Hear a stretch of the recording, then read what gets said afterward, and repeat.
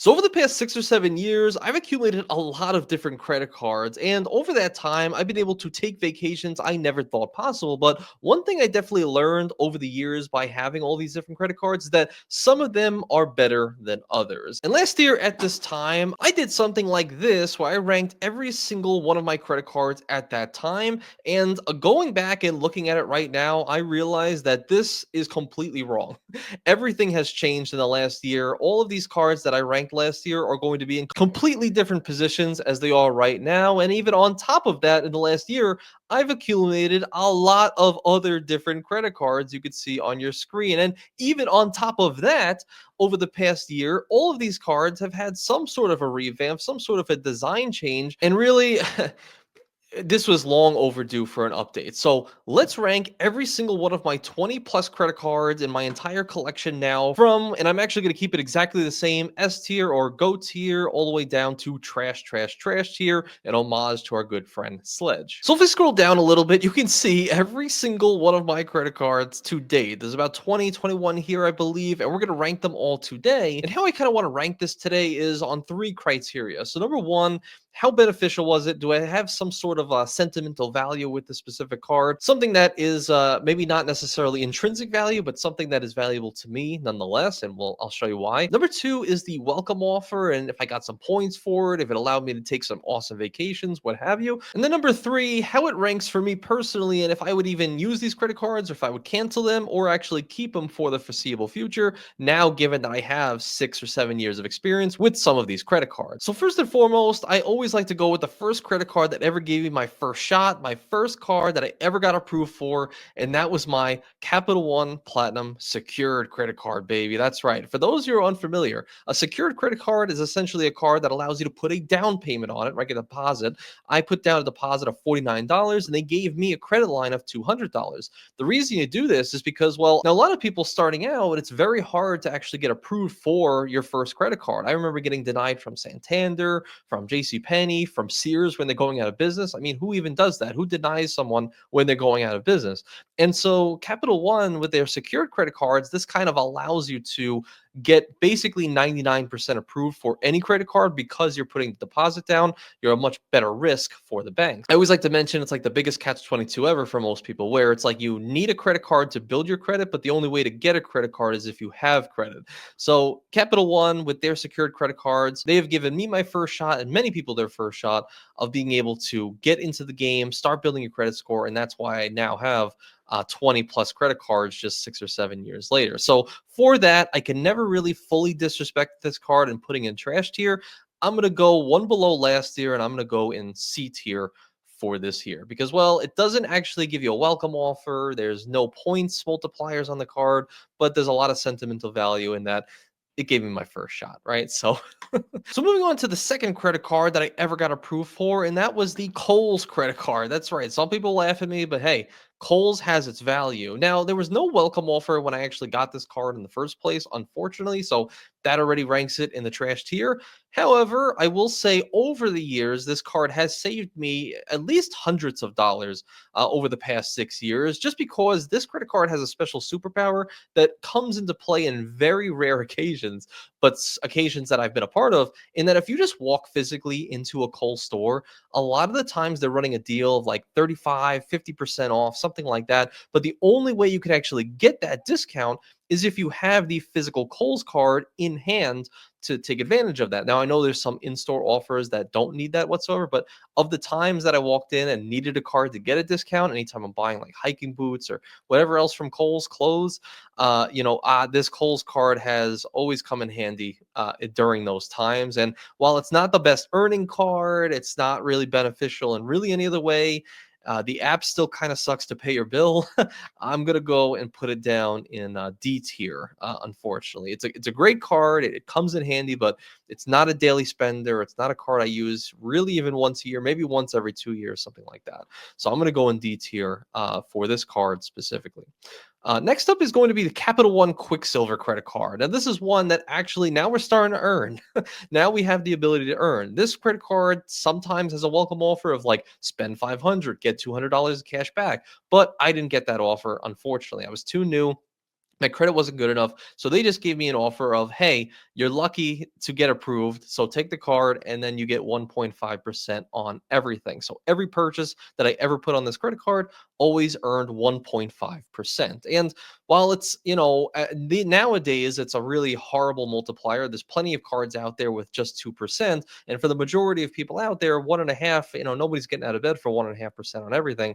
I will say that during that time, it was a good card. And even though it does technically come with like 5x through the Capital One travel portal and what have you, still, it's a 1.5% card in my mind and everybody's mind. And for the simple fact that a lot of you guys know that the Quicksilver card is one of those cards that's infamous for the bucket, right? Like, for example, I got the Capital One Quicksilver card and I think it was just $1,000 limit when I got it 6 years ago. It is now 6 years later, and my limit is only $1,500. That's right, just $500 more than when I first got the card 6 years ago, when my credit score was 200 plus points less than it is now. And so, for that reason, the bucket, the low earnings, I'm actually going to throw this in trash tier. Unfortunately, I'm sorry to do it to you, Quicksilver, but you're in trash tier, baby. We got to have more trashes this year than we did last year with just this card. Speaking of, the next card is the most patriotic card. We salute to this card only because of the picture on it, which is the bald eagle, the American flag. We really support America, but this card does not support America. I'm sorry to tell you, it does not. If you look at the reviews on this credit card, there are actually about 50% more one-star reviews than there are five-star reviews on this card. Literally, look it up on NerdWallet. It's the worst rated credit card of many. And basically what this card did was, at this time, I was basically a credit card floozy. And what that means to me is that I essentially threw myself at any card that was available, right? I had no standards whatsoever. So this card, came in the mail one day 6 years ago, and he said, "Hey, you want to get this patriotic card?" And I said, "Oh, I'll be lucky to get any credit cards." Not even, thinking about my 524 status, not thinking about all the different welcome offers. I was a novice, a noob at this time, and I had no idea. And that's why I'm glad you guys are watching, so you don't make the same mistake. Merrick Bank is also pretty terrible. I believe they actually just bought the Ally credit cards, but essentially, I used this credit card. Their gimmick was, if you made on-time payments for 7 months, you were going to be able to double your credit line. So if you started at 1,000, 7 months later, you'd be at 2,000. And for me, it was never beneficial. I only used it once. Very hard to pay my bill in app. And then the card ended up just literally canceling on me due to inactivity. That's right. I didn't use it enough and they canceled it on me. So for that reason, I have to go S. No, I'm kidding. For the patriotism, sure. If we're going to be patriotic, S tier. For the card itself, that is trash, trash, trash, as Sledge would say. Absolutely. Now, next up is where we get a little bit more interesting. And this is where we start getting into some of the annual feed cards, the more premium credit cards. This is where it starts getting tricky.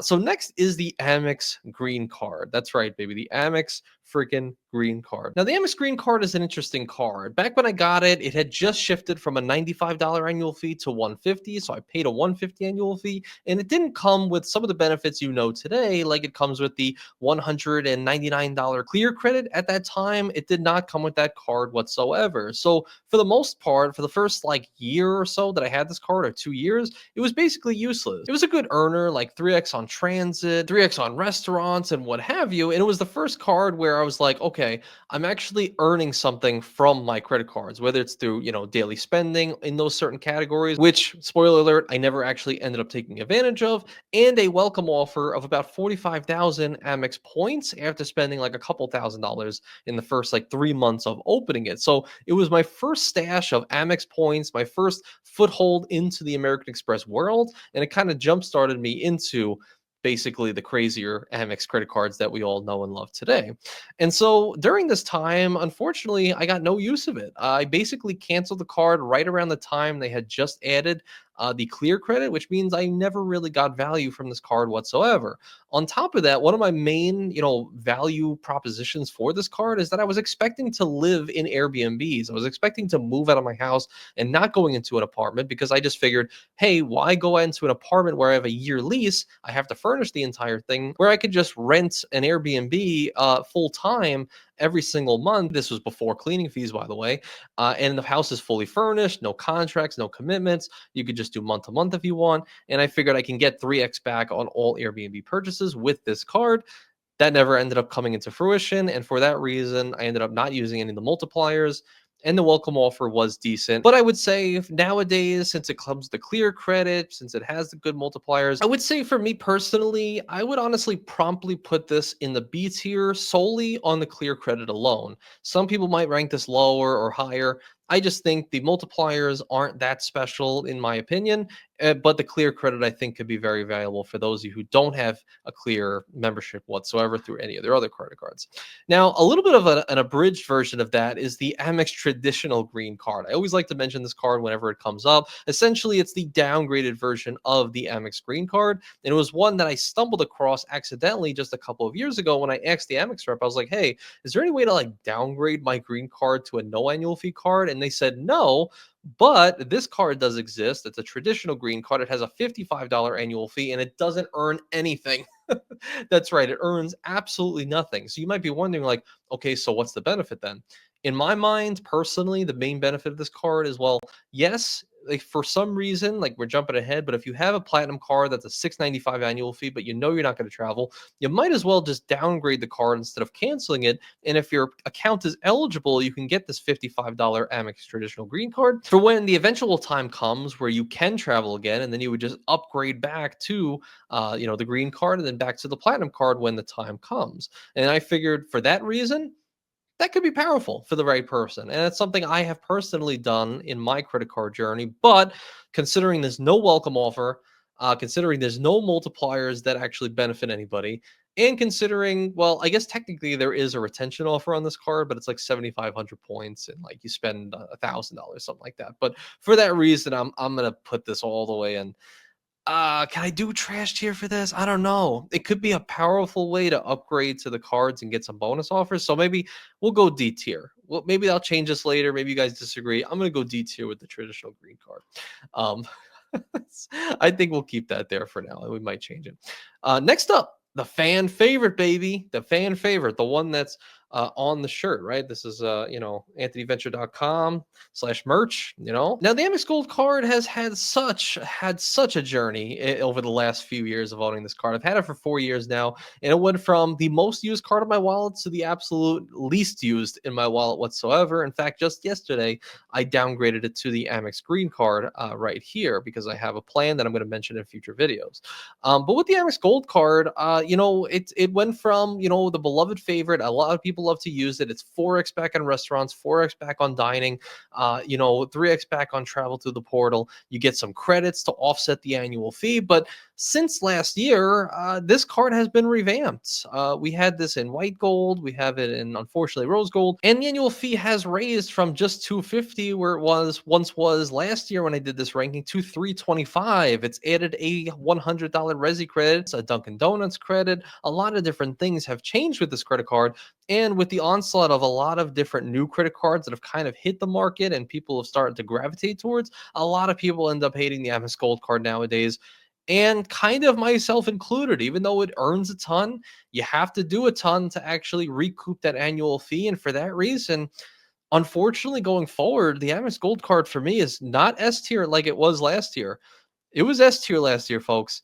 This year, I gotta say, with new and open eyes, I gotta go B tier with it. I think for most people, I think they would be better off not using the credits to pay for some of the things at these stores. Believe me, I love to go to Bojangles. I love to go to Culver's. These are great, fast food joints, but I realize it's not great for me, and I don't want to have to force myself to get the bad food just to recoup the credit. Even the Resi credit, the Resi restaurants are very good, but even then, I don't feel that great afterwards. So for that reason, for me personally, I can understand how valuable it can be. For me personally, nowadays, I don't know. I don't see the value in it as I once did, just last year. So I might personally, I might have to go. Man, I don't know, C or B. I know it would be such an insult to say the green card's above it, but with the clear card, I mean, you kind of value it. I'll put it at B for now. I'm not going to be, I won't be so crazy. I'm going to switch it up. I'm sorry to do this. Amex Green's got to go C for me personally. Amex Gold's got to go B. I'm sorry. I'm sorry if you hate that. I'm just going to say I'm sorry. But look, I have to do what I got to do. Next up is the Amex Platinum card, a Big Daddy Platty. the granddaddy purple, as some people have mentioned in the past. This is the ultimate travel credit card, right? The one that I got 4.5 years ago. This is the vanilla version of the Amex Platinum card, and at this time, I ended up getting this just I think like 6 months after the gold card. It gave me a welcome offer of 60,000 points and some interesting credits at that time that no longer exist, like PayPal credits, stuff like this that most people aren't even aware it had at that time during with that welcome offer. And this is also another card that a lot of people have loved to hate on over the past year or so, calling it a coupon book. Right? You have the hotel credit, you got an airline credit, you have your Clear credit, you have Walmart Plus, you have digital entertainment, you have lounge acts, you have a lot of different things that are on this credit card. And even though I did cancel this card a couple of years ago because I was transitioning to the Charles Schwab version of the Platinum card, I will say nowadays my thesis has changed on the Platinum card, in which I still do believe it is the best travel card out and about. I think it just gives you the most complete package. If you're somebody that's flying domestic a lot more often, specifically, like having access to Delta Sky Clubs if you're going to be flying Delta, or just Centurion lounges flying any airline, Plaza Premium, a lot of these different lounges that have since been taken away from some other cards, like Venture X, wink, wink. Um, I just find that with that, FHR program, being able to store up some cash with the United Travel Bank, and the ability to downgrade the vanilla platinum card, whereas, spoiler alert, Charles Schwab, you cannot. I just think that this is a fully complete, semi annoying travel card that I still would have to say I have to put it in S tier, just because there's no other card on the market that could complete your entire travel itinerary, your entire travel experience, as Cesar would say, than the Amex Platinum card. So for now, I'm still going to put it S tier. I'm sorry if that upset you. And you could see that's a big change from last year. It went from A to S, and that's basically based on my new feeling of I love the ability to downgrade. So next up is one that has a little bit more sentimental value in my ranking system. It's the no annual fee Hilton Honors credit card, and it has a new design than it once did just last year, right? We now have the all white design where it's no longer blue and purple and what have you. And so the reason I have some sentimental value with this card is, well, one, of course, the welcome offer is really great. I think it was spent only like $1,000 on this card, and I ended up getting 150,000 Hilton Honors points, which to me was about $750 in hotel value for the future.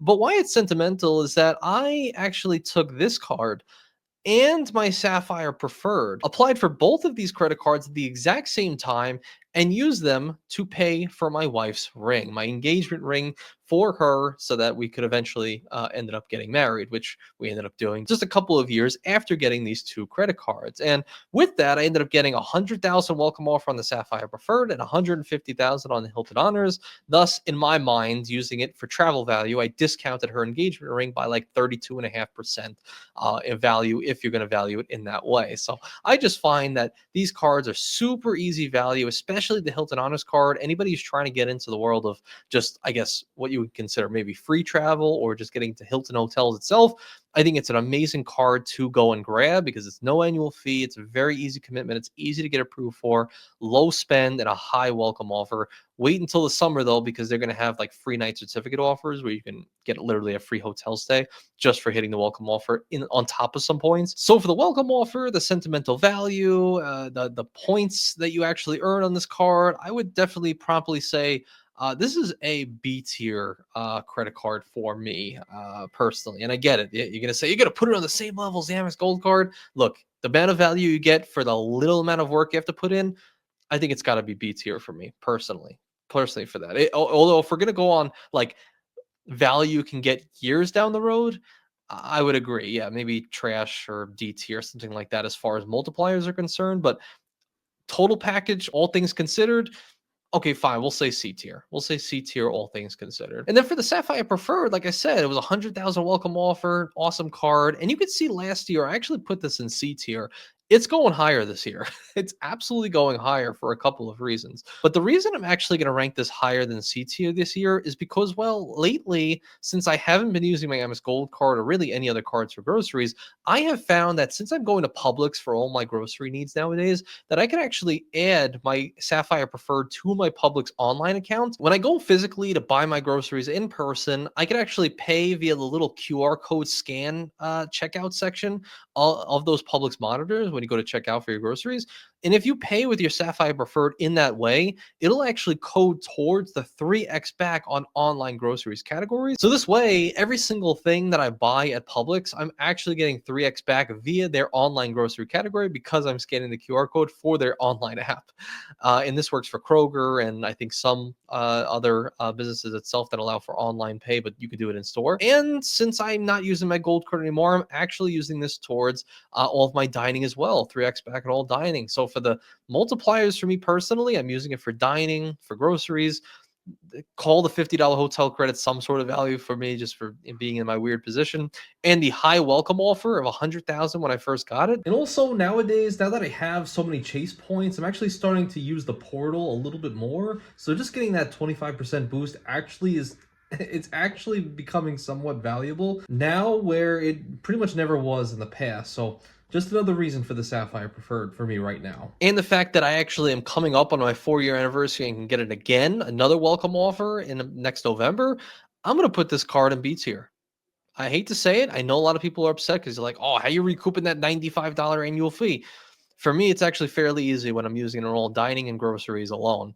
I do agree, though, I should have just Chase Freedom Unlimited and I could still, get some of those categories back as well. But for me, for right now, Sapphire Preferred has gone up. We're putting a B tier this year, baby. Okay, so next up we have Hilton again, baby. We got Hilton cards again. So this is the Hilton SURPASS credit card. And for the same reasons that I really love the no annual fee Hilton, I love the SURPASS, but even more so for a couple of reasons. Now, one, the welcome offer on this card, again, if you wait till the summer, you're going to be able to get 150,000 Hilton Honors points, a free night certificate for really only about $3,000 worth of spend. Very easy spend, high welcome offer. But one of the huge superpowers on this card, there's two of them. One of the huge superpowers is it comes with automatic gold status with Hilton. Gold status is a gold mine for me. It's my favorite status to have outside of like Globalist with Hyatt, but that this is easy to achieve.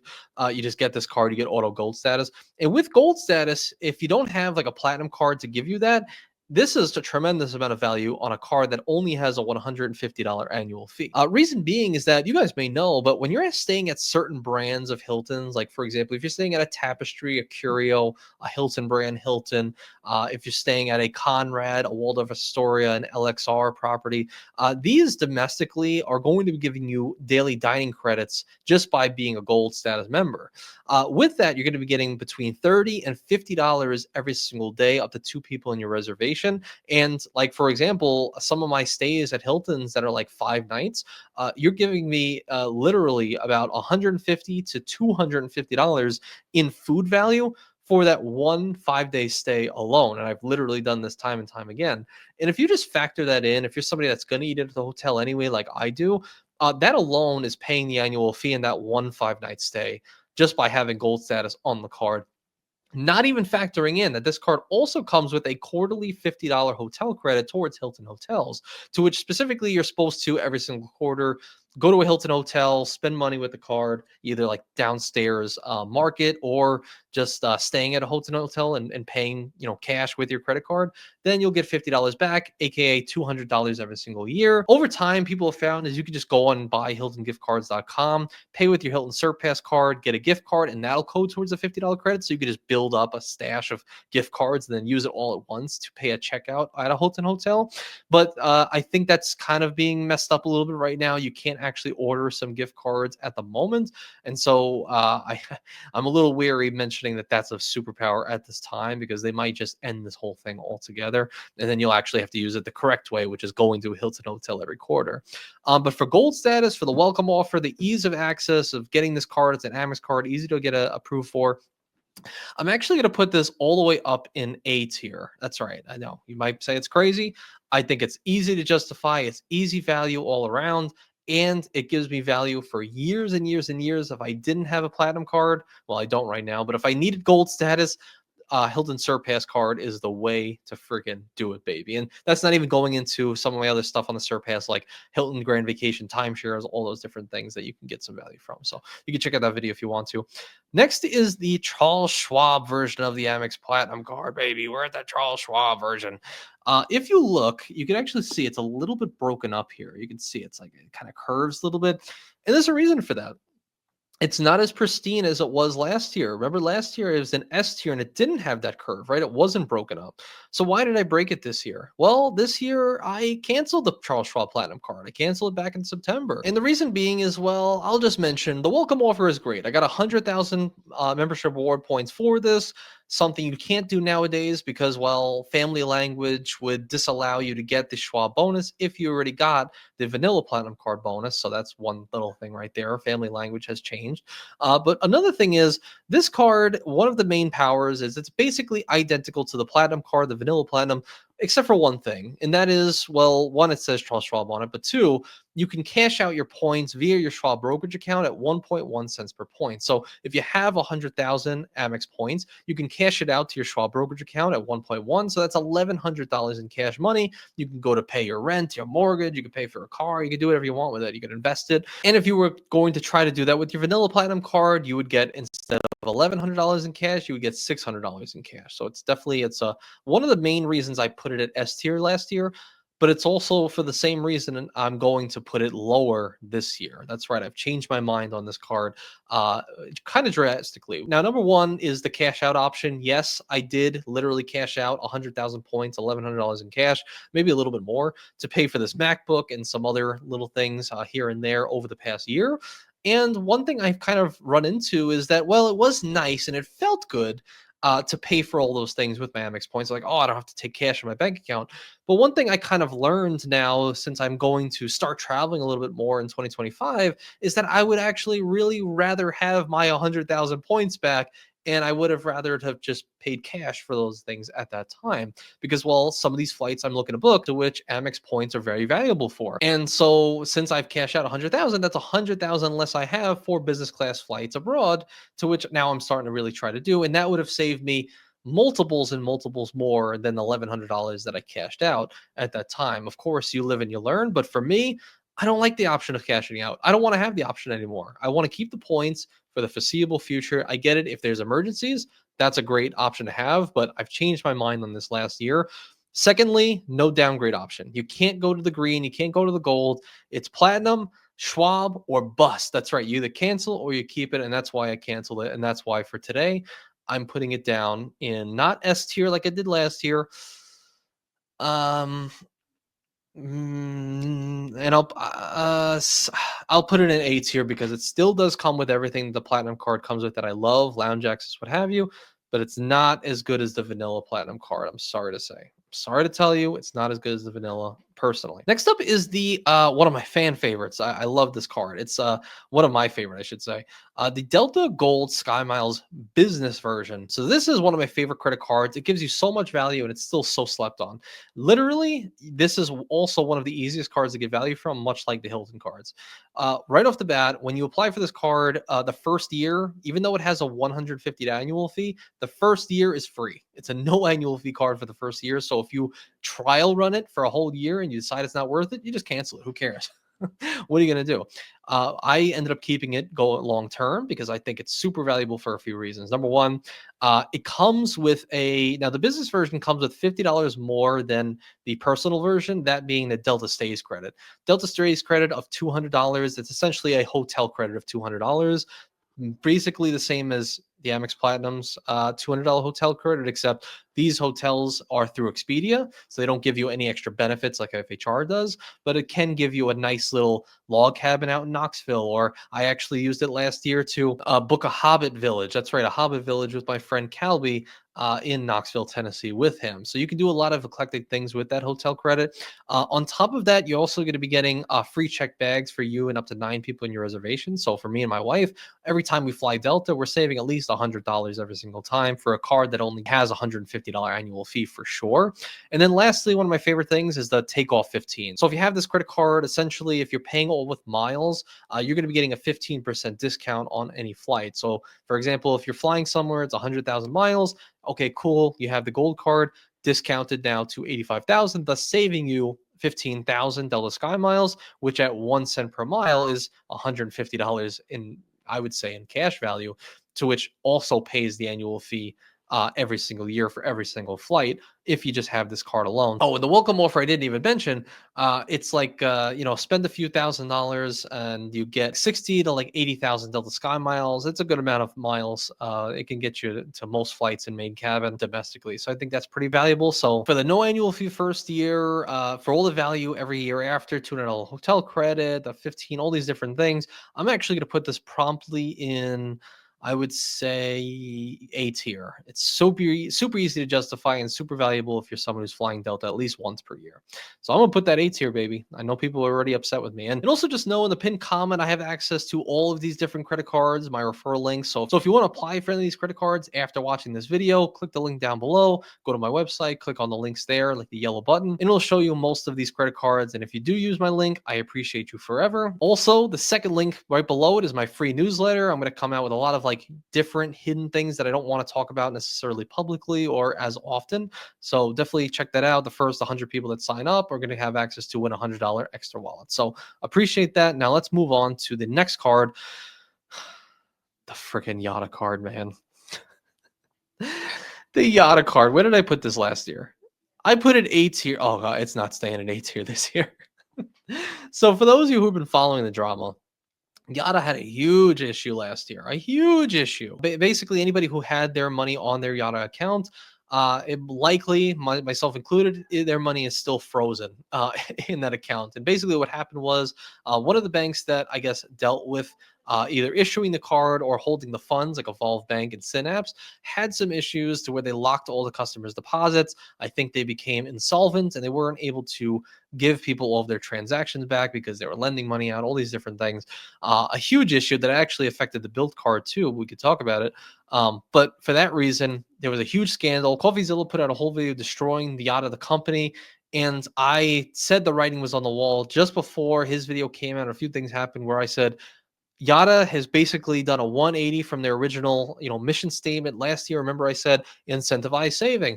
You put money in their account. They'll give you some tickets towards their daily lottery. There's no way to lose, right? You put money in their account, and they give you a chance to win, hundreds, thousands of dollars, something like that, even upwards to a Tesla, millions of dollars. And they went from like the no lose, anti-gambling, more pro saving to now play to win, spend money to buy tokens to gamble on our website and become a degenerate.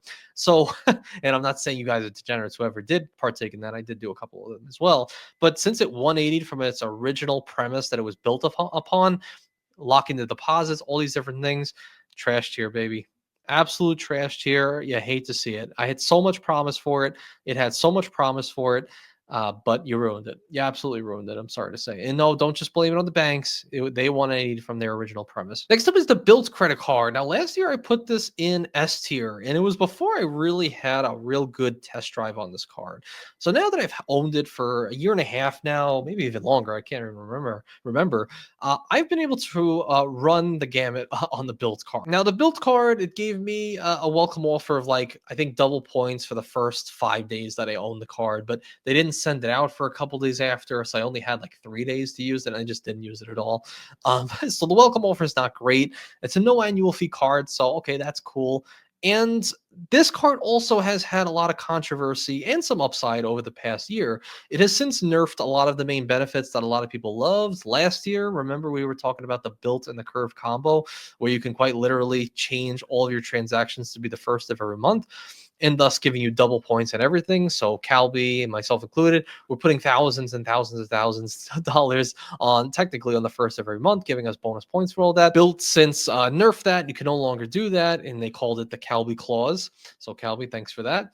And then also, they've nerfed a lot of other things. Like, for example, you now, the first of every month, can only earn up to 1,000 points, whereas in the past, it was up to 10,000 points. So now, the most you could really spend, technically, is like $150 $250. If you're like dining out, that's 6x back on the first, giving you close to 1,000 points on the first. $250 on the Forex travel category, what have you. So I don't like that they nerfed all those different things. Also, they made it harder to earn status. They nerfed the neighborhood dining a little bit. They stopped giving the amount of transfer bonuses they once did. So it was a lot of different things that they kind of taken away, which a lot of people are upset with, and it's why I stopped using the card completely in the last year, except for in one particular way, which I'll mention is last year I was able to use the BILT card to pay my rent, but not in the way that you think. So if you have the BILT card, you can pay your rent with the BILT card and it'll give you 0% transaction fees. And for anybody that's not going to like actively go for welcome offers like myself, I think it's a great card for anybody that's renting. It's easy way to stack up points. There's no transaction fees. That's what it's built upon and built upon, and that's why it's valuable. And I would put it at a higher tier. I would put it, in a decent tier just for that alone. But one thing I really love with BILT is that one, not only are they going to introduce mortgages in 2025, we hope, right? So now if you have a mortgage like I do now, which I didn't have last year, I could actually earn all of my BILT points or other card points by paying my mortgage, and the ability to possibly do that in the future with mortgages, if you catch my drift. I think that's very, very valuable. And I think that's super important. And for that reason, the fact that, mortgage, paying rent, getting welcome offers through the BILT card with all these other cards, I'm going to actually keep it S tier. I'm going to keep it S tier for that. There is no other way to hit welcome offers as easy, like if you don't have a business, whatever, than doing it with this particular card where it's like, 2000 a month, 2000 a month. That's amazing. And even though the multipliers, I don't really use it for the ability of mortgages for the future, I think it's super valuable. So S tier for me personally. Next up is the Curve card. We kind of just alluded to it, but essentially, this card allowed you to put many different credit cards, MasterCards in particular, on the Curve card. It lets you move those transactions to any time of the month that you want. Specifically, the main reason is like, oh, I go to the store, I pay for this thing, it codes the incorrect way, I don't get my 5x multiplier. Okay, cool. Let me move it to a different card on the Curve network. One of my other cards that will give me 5x towards that thing in the store. And this way you never lose out on multipliers. That was the main purpose of the card. It has other use cases, and since last year it was B tier, this year it is trash tier. Reason being is, well, it is now discontinued in the United States. That's right. If you're in the UK, you can get your Curve card. There's some membership fees, but you can no longer get it in the US, and there's no more value to this card. So trash tier, baby. Wow, we have a lot more trash tiers this year than we do last year. Okay, next.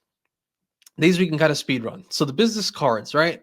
Chase Inc. Cash and the Chase Inc. Business Unlimited. Now I got 4 of them, and so even though there's 2 of them, obviously I'm going to put them on the same line. Is Inc. Unlimited and Inc. Cash great welcome offers? Spend 6K in 3 months, or in some cases 6 months with the Inc. Cash right now. Link down below. You can essentially get 75,000 and 90,000 Chase Ultimate Reward points, which you can fund all of your Hyatt stays or Travel Portal and Air France, all these different airlines you can transfer your Chase points to. Very valuable.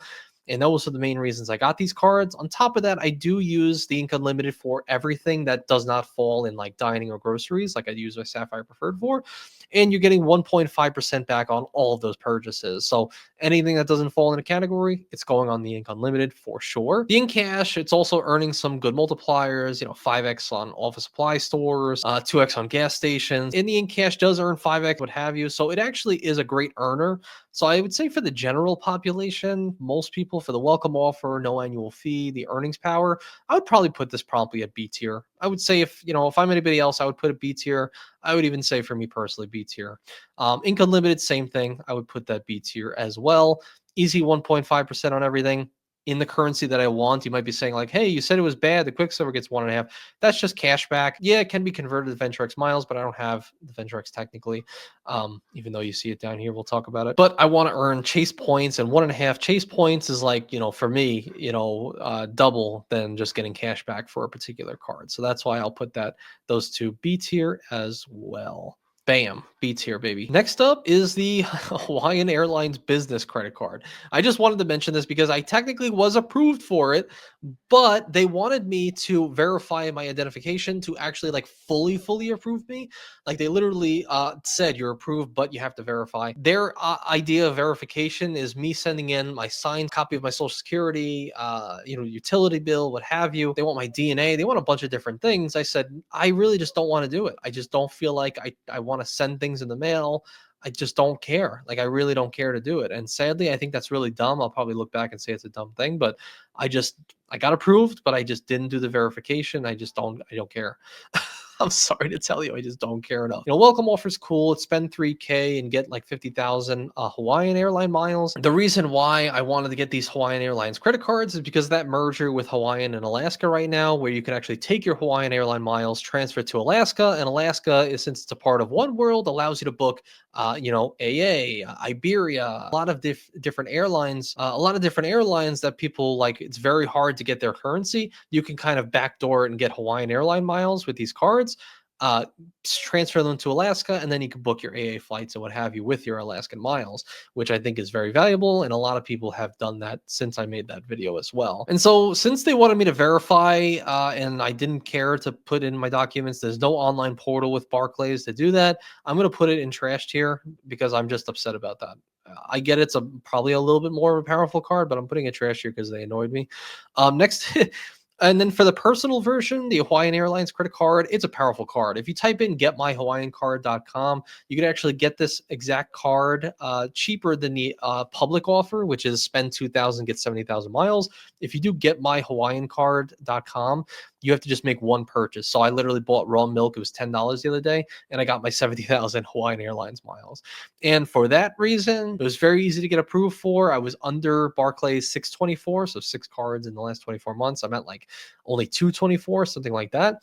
It was easy to get approved for. There's a $99 annual fee, which kind of sucks, so I'm going to cancel it next year. But 70,000 miles greatly outweighs that for only one purchase. For that reason, for the welcome offer, even though I'm not going to keep it next year, I will put it promptly at D tier, just with the added value for this specific time. If you're watching this a year from now, this might change. It might be trash tier at that point because you can't transfer anymore. And then lastly, the Venture X. The Venture X, baby. Now you might be wondering, like, did you get approved for it? What happened? How do you have the Venture X? I was always known for not having the Venture X. Well, one, I have it. It's under my name, but it's an authorized user. Calby is a good friend. He's a great friend of mine. And he allowed me to be one of the 4 free authorized users on his Venture X. And with that, I just have to say, since it's no annual fee for me, I don't have access to the multipliers. He locked the card on me because he doesn't trust me. But now I have access to the Capital One lounges and my own priority pass for me and my wife for any time we do travel. And for some reason, I don't have a platinum card at that time. I love the idea that it's no annual fee and gives me a lounge access in the places that I might need it for nothing. So S tier. How about that? S tier. And you know what? There's actually one wild card here. I kind of forgot it because I don't have it in hand yet, but I will say big shout out to my good friend Kiki at Kiki's Adventures. She is great, and she actually, since the Ritz-Carlton card, you can see it's right here.